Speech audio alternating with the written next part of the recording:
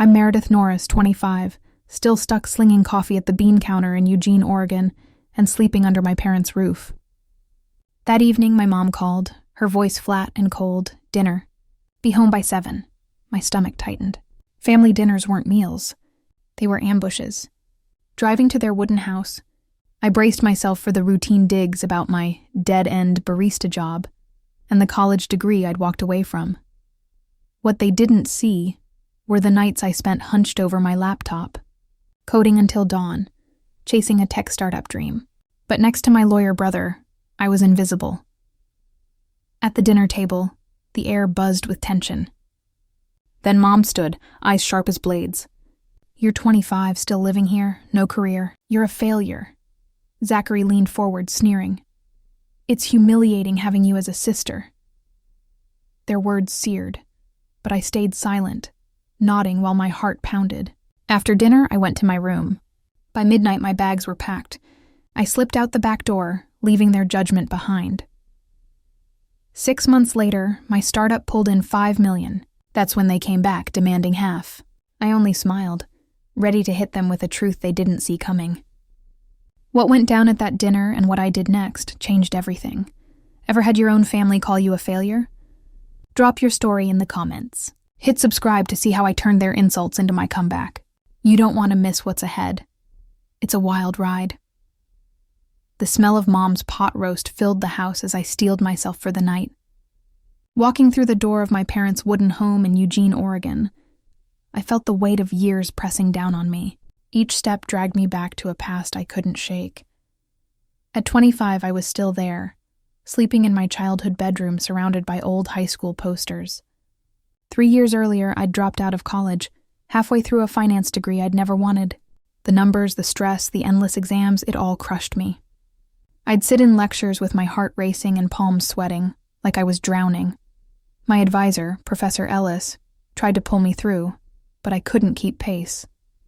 I quit, trading textbooks for a barista apron at the bean counter. The pay barely covered gas, but it was honest work. I liked the rhythm of steaming milk, chatting with regulars like Karen, who tipped extra for my latte art. But my real passion was coding. Late at night while the house slept, I huddled over my laptop, building an app I hoped would change everything. A fintech tool to make budgeting simple for people like me, who never fit the mold of success. I taught myself Python from YouTube, stitching lines of code between shifts. Every time I hit run and watched my app take shape, I felt alive, like I was building a ladder out of this life. My family didn't see any of it. To them, I was a dropout, a disappointment, living on their dime. Meanwhile, my brother Zachary was their golden boy, the Portland lawyer with the corner office, sleek car, and Tiffany, his charity gala hosting wife. At every gathering, Mom and Dad gushed over his latest case or condo. Why can't you be more like Zachary? Mom would sigh, her voice edged with disdain. Dad would nod and add, You need to get your act together. Meredith. I swallowed the sting, nodding like I always did. I'd heard it all before. Christmas? Birthdays. Every tense dinner where I felt like the odd one out. They had no idea about the app, the hours I poured into it, the dream I guarded from their ridicule. I wasn't always this way. In high school, I had big plans. I wanted to build something, not follow a path someone else had laid. I spent hours in the computer lab tinkering with basic HTML, imagining Silicon Valley. But college broke me. The pressure to be perfect, to match Zachary's grades, to make Mom and Dad proud. It was too much. I started having panic attacks, hiding in my dorm instead of going to class. When I dropped out, Mom didn't cry from sadness, but from fury. You're throwing your life away, she said. Dad just shook his head, like I'd failed a test I never knew I was taking. Moving back home was supposed to be temporary. But 3 years later, I was still there, scraping together every penny for a future they couldn't picture. That night, setting the table, I thought about my app. I'd just fixed a bug, a tiny win that kept me moving forward. I pictured pitching it to investors, seeing it on people's phones, proving I wasn't the failure they believed I was. Sitting there, with the clatter of silverware and the aroma of pot roast drifting through the air, that old knot of dread tightened in my chest again. I already knew this meal wasn't about reconnecting. It was yet another opportunity for them to point out everything I wasn't. Even so, I clung to my dream like a quiet ember burning inside me. Whatever they threw at me tonight, I wasn't letting go. I'd keep coding, keep building, keep believing I could be more. The dining table gleamed under her best china, but the air in the house felt heavy with unspoken tension. Across from me sat my parents, my brother, and his wife. I picked at the pot roast without appetite, every metallic scrape of the utensils ticking like a countdown to something cruel. I'd barely spoken when my mom suddenly pushed back her chair, the legs screeching against the hardwood, her eyes locking on mine, sharp and cold. Meredith Norris, 25, still living here. No career, you're a failure. Her words cracked across the room like a whip. My fork hovered in midair, the sting of her voice landing like a slap. I'd heard their disappointment before, but this time it was public, raw, deliberate. Zachary leaned back, a smug grin spreading across his face. She's right, you know, he said, flicking a glance at his wife. Tiffany tapped her manicured nails against her wine glass and added, her tone laced with mockery. We even posted it on Facebook. That picture of you at the coffee shop, apron and all. Captioned it. This is what failure looks like. It's getting tons of likes already. My stomach dropped. I could see the photo in my mind. Me wiping down a table at the bean counter, unaware they'd snapped it during their visit last week. Humiliation burned through me at the thought of our neighbors and their friends laughing at my expense online. I opened my mouth to protest, but Zachary cut me off. What are you going to say? That you're finding yourself? He scoffed. Give me a break. Dad cleared his throat, his voice rough. Meredith, it's time you got a real job, he said, folding his arms. Something respectable. Like your brother, or you can find somewhere else to live. His words hit like a brick. I'm working on something, Dad. I tried to explain, my voice trembling. I've been building an app. Tiffany's laugh cut me short. An app, please, Meredith. You're not some tech genius. Stick to pouring coffee. Her insult stung, but worse was my mother's silence, her small nod of agreement. I searched the table for even a flicker of support and found none. They were united, chipping away at me together. Under the table, I clenched my fists until my nails bit into my palms. I wanted to scream, to tell them about the nights I'd spent coding, about how close the app was to being something real. But their smug faces froze the words in my throat. They wouldn't understand. They never had. I thought about that Facebook post, how it would ripple through our small town, how people at the cafe might whisper behind my back. Shame suffocated me, but so did the anger. I wasn't their punching bag anymore. Zachary leaned forward, eyes glinting with contempt. It's embarrassing that you're my sister, he said, his voice low and venomous, a twisted smirk on his face. The room seemed to close in, their faces blurring as his words echoed in my head, my dreams cornered and reduced to a joke.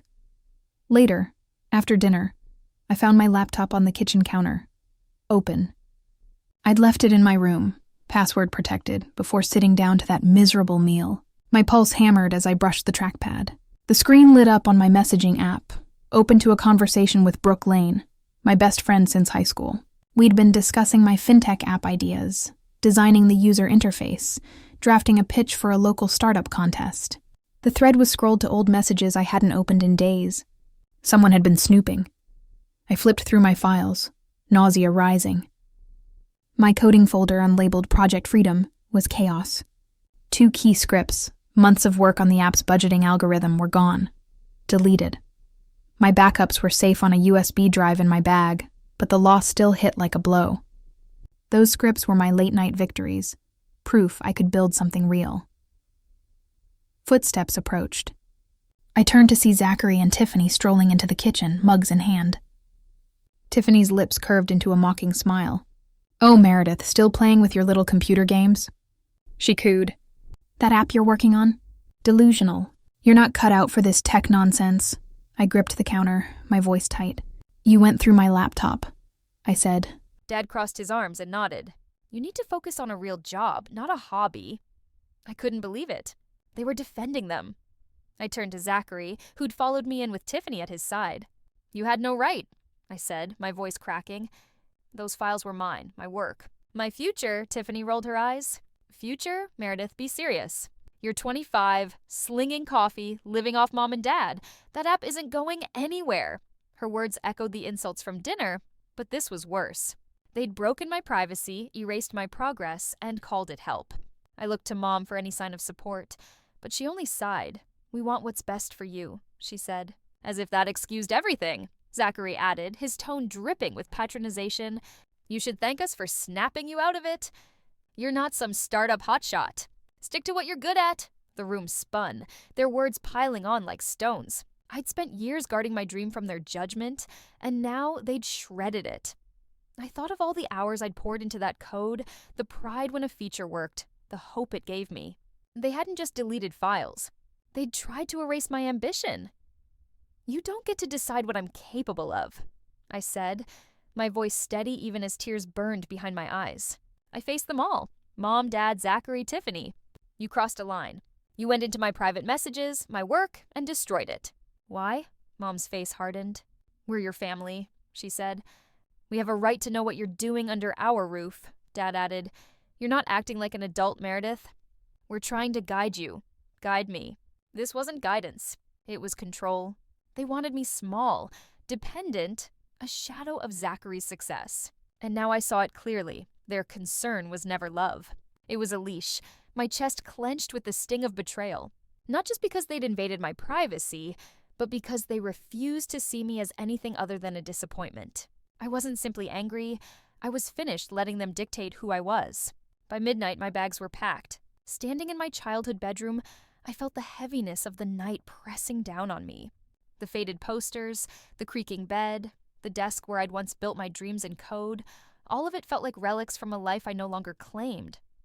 I moved quietly, sliding clothes into a duffel bag, my hands steady despite the ache in my chest. My laptop, still warm from earlier, slipped into its case alongside the USB drive with backups of my apps. Those files were everything. The only piece of myself they hadn't managed to strip away. I wasn't just walking out of a house.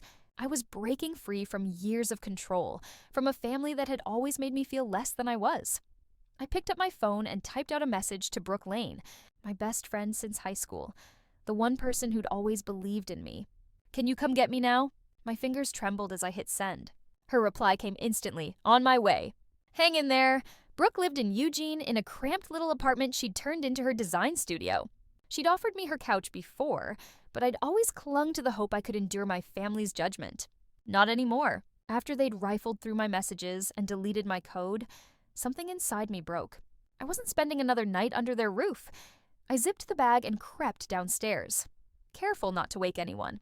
The house was dark, the kitchen still carrying a faint smell of pot roast. I almost slipped out without a word, but some part of me needed closure, needed to say it out loud. In the living room, my parents sat on the couch, the glow of late-night TV flickering across their faces. Zachary and Tiffany lingered in the kitchen, their hushed voices smug, probably rehashing their so-called intervention. I cleared my throat, my bag slung over my shoulder. I'm leaving, I said, calm and steady. Mom looked up, frowning. What are you talking about, Meredith? She asked, as if I were joking. Dad stood, his expression hardening. You're not going anywhere. You can't just walk out in the middle of the night. I met his eyes without flinching. I'm done living by your rules. You don't respect me, my work, or my life. I'm not your project to fix. Mom's eyes widened, but she stayed silent. Zachary stepped into the room, Tiffany behind him with her arms crossed. You're being dramatic, Zachary scoffed. Where are you even going? You can't afford to live on your own. I ignored him and turned back to Dad. I'll figure it out. I don't need your money anymore. His jaw tightened. If you walk out that door, don't expect us to pay your bills. No more free ride. His voice was low, a warning. I almost laughed. A free ride? I'd been scraping by on tips, saving every cent for my app, while they treated me like I was nothing but a burden. Fine, I said evenly. Cut me off. I don't want your help if it comes with strings. Tiffany muttered something about me being ungrateful, but I didn't care. I looked at them all one last time, Mom tense and silent, Dad glaring like I'd betrayed him, Zachary and Tiffany smug as always. Goodbye, I said, final, like slamming a book shut. I turned and walked to the front door. My heart pounded, but my steps were sure. Outside, Brooke's old Honda idled in the driveway, headlights carving through the Oregon night. I slid into the passenger seat and tossed my bag in the back. "You okay?" Brooke asked softly. I nodded, clutching my laptop case. "I will be." And I meant it. As we pulled away, the wooden house shrank in the rearview mirror, its dark windows unwelcoming. I thought of my app, the code I'd preserved, the dream I'd fought for despite their doubts. I wasn't just leaving a house, I was choosing myself. For the first time in years, I could breathe. My future was mine to build, and I'd do it on my own terms.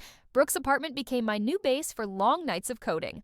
The place was tiny and cluttered with mismatched furniture, the walls plastered with her graphic design sketches, but it felt alive. I set up a folding table for my laptop, the steady hum of the machine my companion as I rebuilt what my family had tried to destroy. The first week was a blur of unpacking my duffel, buying a cheap air mattress, and adjusting to the rhythm of a life that was finally mine. Brooke never asked for rent, just that I split takeout costs and helped keep the place tidy. Her faith in me was a lifeline, proof that someone believed in my potential. I kept working at the Bean Counter Cafe, pulling double shifts to cover expenses. The clatter of cups, the hiss of espresso machines, and the stream of customers became my anchor. That's where I met Connor Reed, a barista who freelanced as a coder. He was 27, quiet but intense, with debugging skills sharp as mine. One slow afternoon, over a stack of dirty mugs, we started talking tech. "You're building a fintech app?" he asked, raising a brow. "That's bold. Most people just talk about it." I showed him a demo on my phone, and his eyes lit up. "This could be huge. Mind if I check out the code?" That was the spark of a partnership. Soon, Connor and I were huddled around my laptop in Brooke's living room after hours. Our app, Budget Blocks, was meant for people like us, broke, overwhelmed, and in need of simple tools to manage money. Connor brought fresh ideas for machine learning, suggesting predictive budgeting features that adapted to spending habits. We divided the work. I focused on the core algorithms while he refined the back-end and interface. Most nights we coded until dawn, fueled by energy drinks and Brooke's leftover pizza. She'd peek in sometimes, teasing us as nerds, but always with a grin. I knew coding alone wouldn't make Budget Blocks succeed, so I enrolled in an online finance course, sneaking lessons into cafe breaks. The irony wasn't lost on me, studying finance again after dropping out of a finance degree. But this time, it was my choice. I learned about cash flow, investments, and budgeting systems, folding them into our app's design. Connor challenged me to sharpen my programming too, pointing me toward advanced Python libraries and cleaner architecture for my scripts.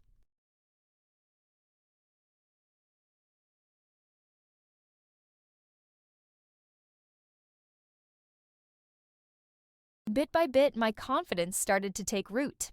I wasn't just a dropout anymore. I was a developer with a purpose, building something I truly believed could make a difference. After 3 months of hard work, we finally had a functioning prototype. Connor introduced it at a local tech meetup, and I stood beside him to present. My nerves rattled, but my voice came out firm. The response was electrifying. Entrepreneurs and developers were drawn to the app's clean design and AI-powered insights. Among the crowd was a scout from Cascade Tech, a startup accelerator based in Portland. They asked us for a private demo. For weeks, we fine-tuned Budget Blocks, ironing out glitches and rehearsing our pitch until it felt sharp. When we finally sat down with the Cascade Tech team, I shared our vision, an app that gave anyone the power to take charge of their finances, no matter where they came from. Connor followed with the technical breakdown. They were impressed, but nothing prepared me for what followed. 2 weeks later, an email appeared in my inbox. Cascade Tech wanted to license Budget Blocks for $5 million, with potential for more if it scaled. My heart pounded as I stared at the number. This wasn't just a payout. It was proof that my dream had substance. Connor and I met at a cafe to go over the contract, our hands trembling as we flipped through the terms. We agreed to split it evenly, but the money was only part of it. Together, we had built something real. That night, sitting in Brooke's spare room, I signed the contract digitally. My signature felt like a quiet declaration of triumph.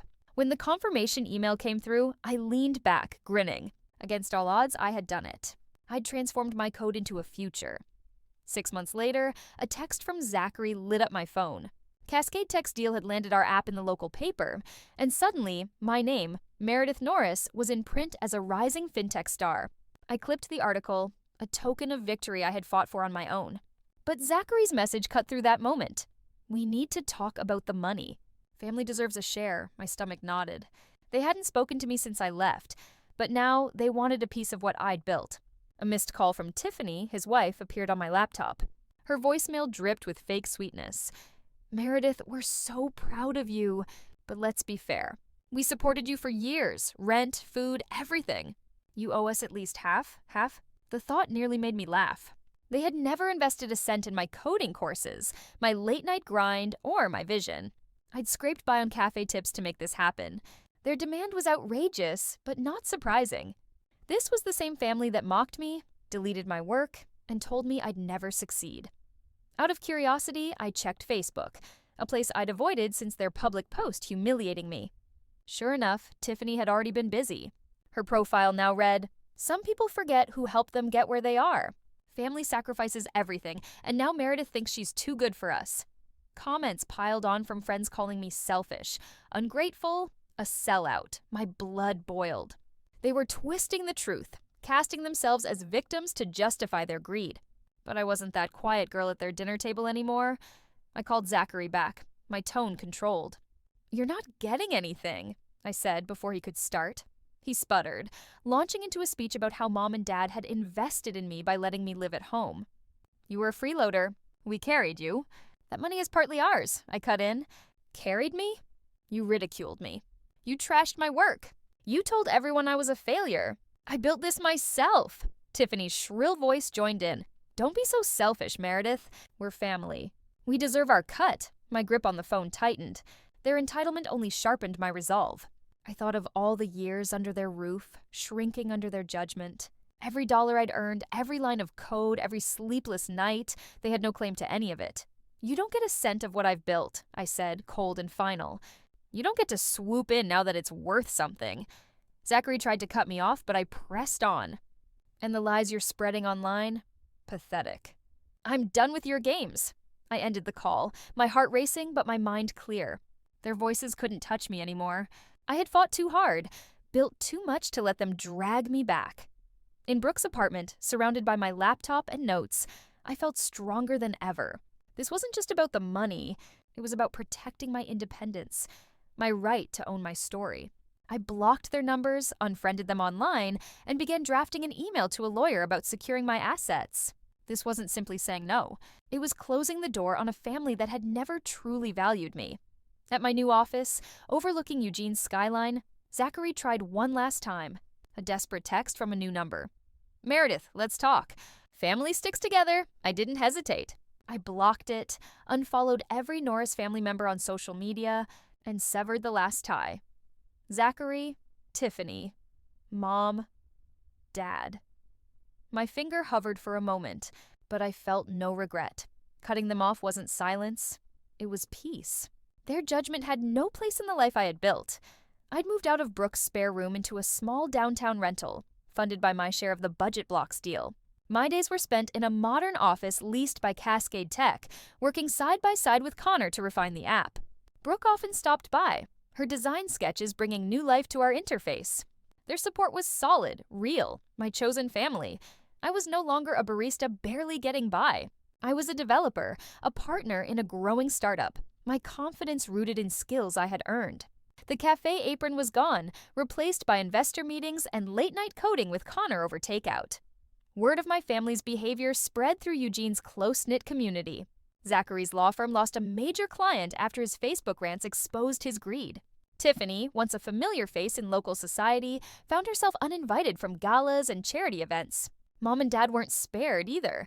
Neighbors whispered about how they'd pushed me away, their reputation cracking under the weight of their own actions.